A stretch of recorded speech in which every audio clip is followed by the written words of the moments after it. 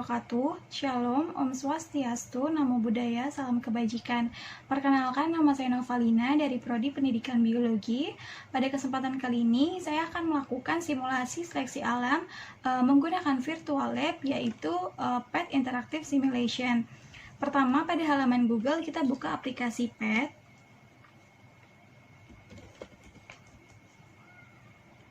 Kita pilih yang paling atas.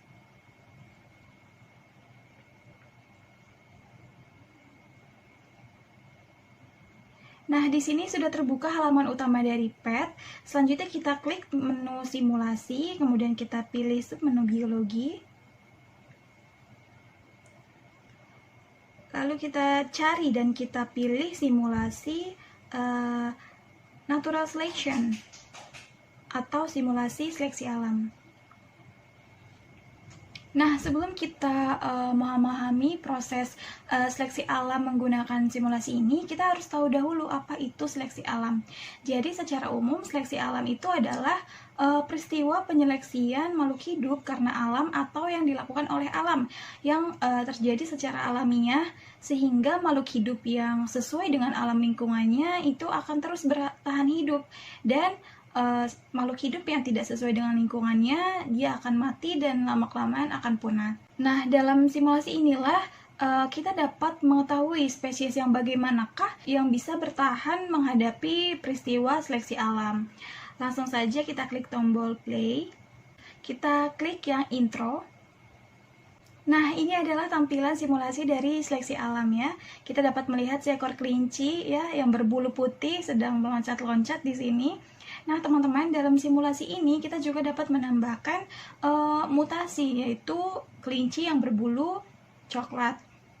Selanjutnya di sini ada faktor lingkungan atau faktor alam. Yang pertama ada werewolf atau serigala, lalu ada limited food atau keterbatasan makanan. Nah, teman-teman di sini dapat menambahkan salah satu atau keduanya. Tetapi pada percobaan ini saya akan menambahkan hanya serigala saja.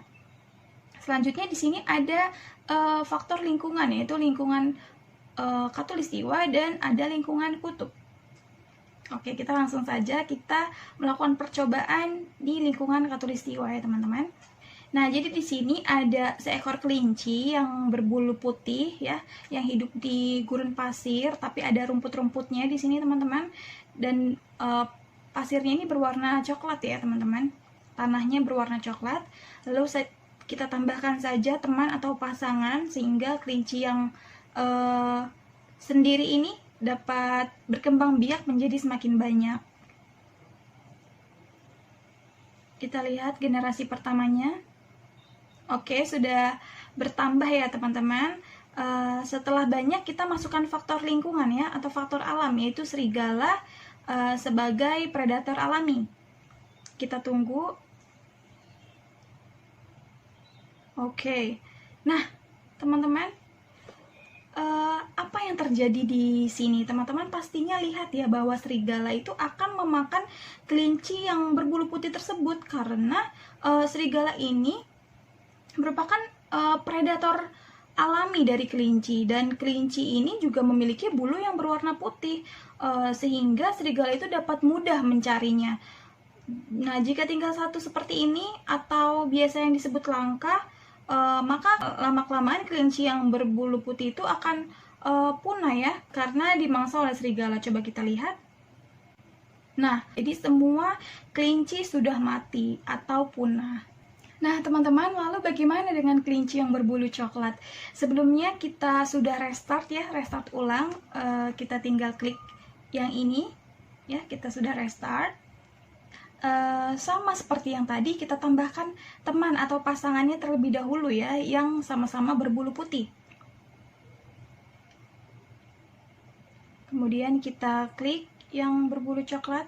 Jadi pasangan kelinci yang sama-sama berbulu putih tadi ini akan menghasilkan keturunan kelinci yang berwarna coklat atau disebut kelinci yang bermutasi nih ya. Kita bisa lihat di sini kelincinya sudah bermutasi.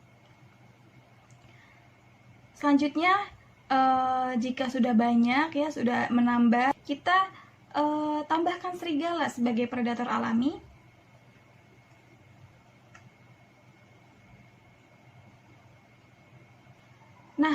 Teman-teman, kelinci yang semakin banyak yang mana? Teman-teman bisa lihat tentunya yang berbulu coklat ya. Karena kelinci yang berbulu putih itu banyak dimakan oleh serigala. Mengapa demikian, teman-teman? Hal ini karena serigala ini hanya bisa menemukan kelinci yang berbulu putih, sedangkan kelinci yang berbulu coklat ini dia semakin berkamuflase atau tersamar atau sulit dibedakan dengan lingkungannya yang sama-sama berwarna coklat, sehingga serigala ini akan merasa sulit untuk melihat kelinci yang berbulu coklat ini, teman-teman. Oleh karena itu, serigala akan lebih mudah mencari kelinci yang berbulu putih, dan populasi kelinci berbulu putih pun semakin sedikit ya, sedangkan populasi kelinci berbulu coklat itu semakin banyak. Dan dengan demikian, kelinci yang berbulu coklat inilah yang akan mengambil alih lingkungan dan menjadi spesies yang dominan di daerah tersebut. Nah, teman-teman, peristiwa-peristiwa yang terjadi tadi inilah yang disebut dengan seleksi alam. Sekian dari presentasi saya, kurang lebihnya mohon maaf, semoga bermanfaat. Terima kasih.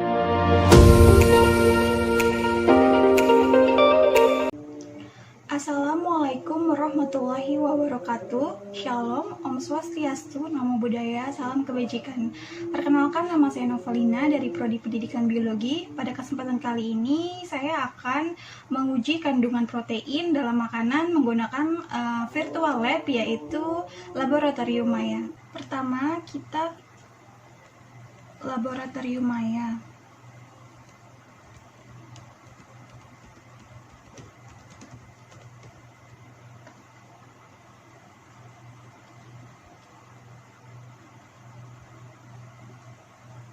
Kita klik yang http://flabbelajar.kemendikbud.co.id.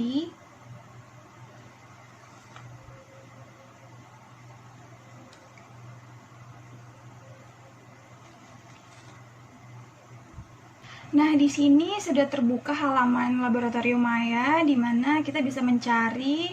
Kita klik biologi di sini. Lalu kita cari yang SMA biologi. Nah, di sini ada uji kandungan protein dalam makanan dan enzim katalase.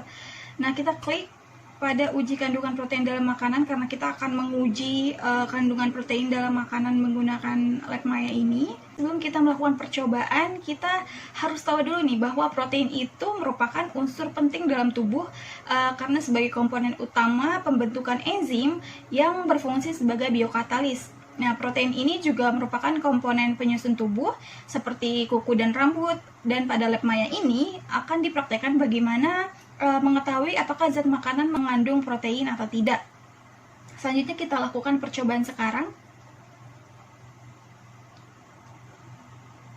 Nah, di sini sudah terdiri dari 3 tabung ya. Tabung pertama, tabung kedua, dan tabung ketiga. Nah, di sini ada tambahan senyawa di mana ada NaOH dan CuSO4. Lalu bahan-bahannya di sini ada susu sapi, ada ikan, ada daging sapi, ada beras tumbuk, ada kacang tanah, beras giling, gandum utuh, jagung, lalu ada kacang kedelai dan biji-bijian. Nah, untuk alatnya sendiri di sini yang pertama ada pipet tetes. Di sini ada pipet tetes, di sini ada 3 tabung ya. Nah, karena di sini sudah ada 3 tabung, kita ganti saja. Tabung pertama kita isi telur, lalu volumenya 1 ml. Tabung kedua kita beri susu sapi, volumenya juga 1 ml. Lalu ada tabung ketiga, kita isi ikan, volumenya juga 1 ml. Nah, setelah kita menyiapkan 3 tabung reaksi dan kita telah menambahkan 1 ml bahan makanan ya ke dalam tabung reaksi. Di sini seperti tabung pertama ada telur, tabung kedua kita tambahkan susu sapi, tabung ketiga kita tambahkan ikan. Selanjutnya kita akan menambahkan reagen biuret, yaitu campuran NaOH dan CuSO4. Kita beri 2 tetes NaOH, lalu CuSO4 kita beri 2 tetes juga. Selanjutnya sama seperti tabung pertama, kita juga menambahkan senyawa NaOH atau natrium hidroksida ke tabung kedua 2 tetes. Dan CuSO4 atau tembaga 2 sulfat 2 tetes.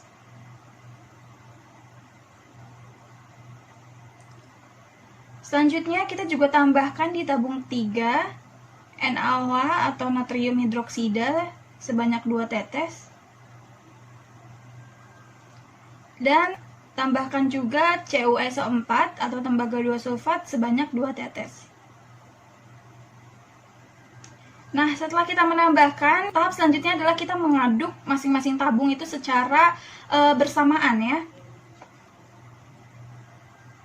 Kita aduk secara bersamaan.